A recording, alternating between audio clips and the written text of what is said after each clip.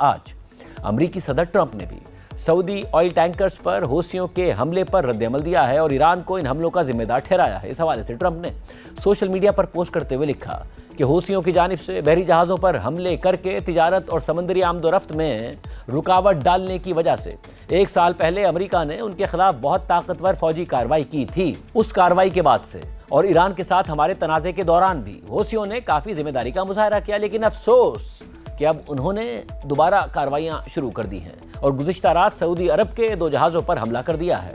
Trump نے مزید لکھا کہ یہ بیان ریکارڈ پر رہے کہ اگر حوثیوں نے دوبارہ ایسا کیا تو امریکہ اس کا ذمہ دار ایران کو ٹھہرائے گا، کیونکہ امریکہ کے مطابق حوثی ایران کی پراکسی ہیں۔ ایسی صورت میں ایران کے خلاف سخت فوجی کارروائی کی جائے گی اور یقیناً خود حوثیوں کو بھی نشانہ بنایا جائے گا۔ مجھے حوثیوں سے خاص طور پر مایوسی ہوئی ہے کیونکہ اب تک وہ کافی سمجھداری سے کام لے رہے تھے۔ اس سے پہلے ایران کے وزیر خارجہ عباس عراقچی نے ایکس پر پوسٹ کرتے ہوئے لکھا تھا کہ ہمارا دفاعی موقف بالکل واضح ہے، آنکھ کے بدلے آنکھ۔ انفراسٹرکچر پر حملوں سمیت ایران کے خلاف کسی بھی قسم کی جارحیت کا بھرپور اور فیصلہ کن جواب دیا جائے گا۔ جو بھی ایسے حملوں میں کسی بھی نوعیت کی مدد کرے گا اسے بھی جائز ہدف سمجھا جائے گا۔ عباس عراقچی کا یہ بیان سامنے آنے کے بعد آج فلپائن کے شہر منیلا میں میڈیا سے بات کرتے ہوئے امریکی وزیر خارجہ مارکو روبیو نے کہا کہ ایران کے معاملے پر صدر ٹرمپ کی پالیسی آنکھ کے بدلے سر کی ہے۔ موجودہ صورتحال برقرار رہی تو ایران بھاری قیمت ادا کرتا رہے گا۔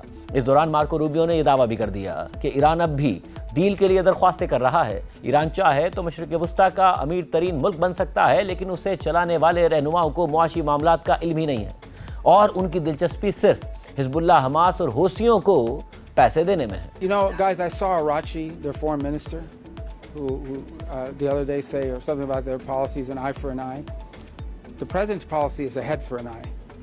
I mean, honestly, that's what it's going to be. I mean, they will pay a very heavy price for the things they're doing. They're already paying a very heavy price. You guys don't know it because you don't cover it. You're not in Iran. You're not in the street. They don't have a free media. But they're going to continue to pay a very heavy price. اس ساری صورتحال میں street of Hormuz میں امریکہ اور ایران کے درمیان کشیدگی مسلسل 12ویں دن بھی جاری ہے اور کل رات کو بھی دونوں جانب سے ایک دوسرے کے اہداف پر بڑے حملے ہوئے ہیں۔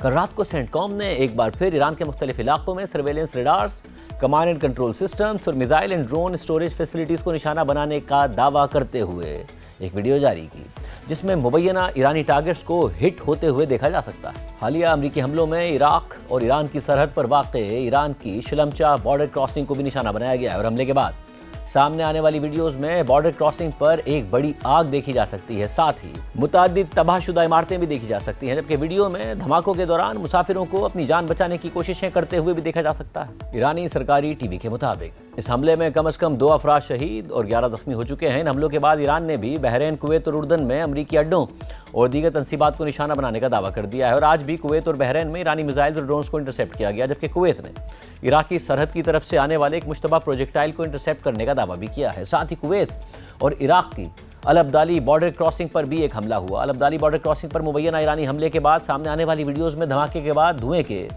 گہرے بادل دیکھے جا سکتے ہیں۔ اب یہ رپورٹس بھی سامنے آ رہی ہیں کہ امریکہ خطے میں اپنی فوجی طاقت کو مزید بڑھا رہا ہے اور اس سلسلے میں مزید دستے خطے کی طرف بھیج دیے گئے ہیں۔ اس حوالے سے امریکی اخبار وال اسٹریٹ جرنل کی رپورٹ کے مطابق اس معاملے سے واقف افراد کے مطابق امریکہ مشرق وسطیٰ میں مزید فوجی دستے، طبی عملہ اور اسلحہ بھیج رہا ہے تاکہ صدر ٹرمپ کے پاس ایران کے خلاف کارروائی کو وسعت دینے کے لیے مزید مضبوط فوجی آپشنز موجود ہوں۔ گزشتہ ایک ہفتے کے دوران امریکی خصوصی آپریشنز فورسز اپنے اڈوں سے مشرق وسطیٰ روانہ ہوئی ہیں، جس کی تصدیق فلائٹ ٹریکنگ ڈیٹا اور امریکی حکام نے بھی کی ہے۔ ایک امریکی عہدیدار کے مطابق جنگی طیاروں کے کئی اسکواڈرن بھی مشرق وسطیٰ کے مختلف اڈوں پر تعینات کر دیے گئے ہیں، جبکہ امریکہ اور برطانیہ میں موجود فوجی اڈوں پر بمبار طیاروں کو بھی ہائی الرٹ پر رکھا گیا ہے تاکہ ضرورت پڑنے پر کارروائیاں تیزی سے آگے بڑھائی جا سکیں۔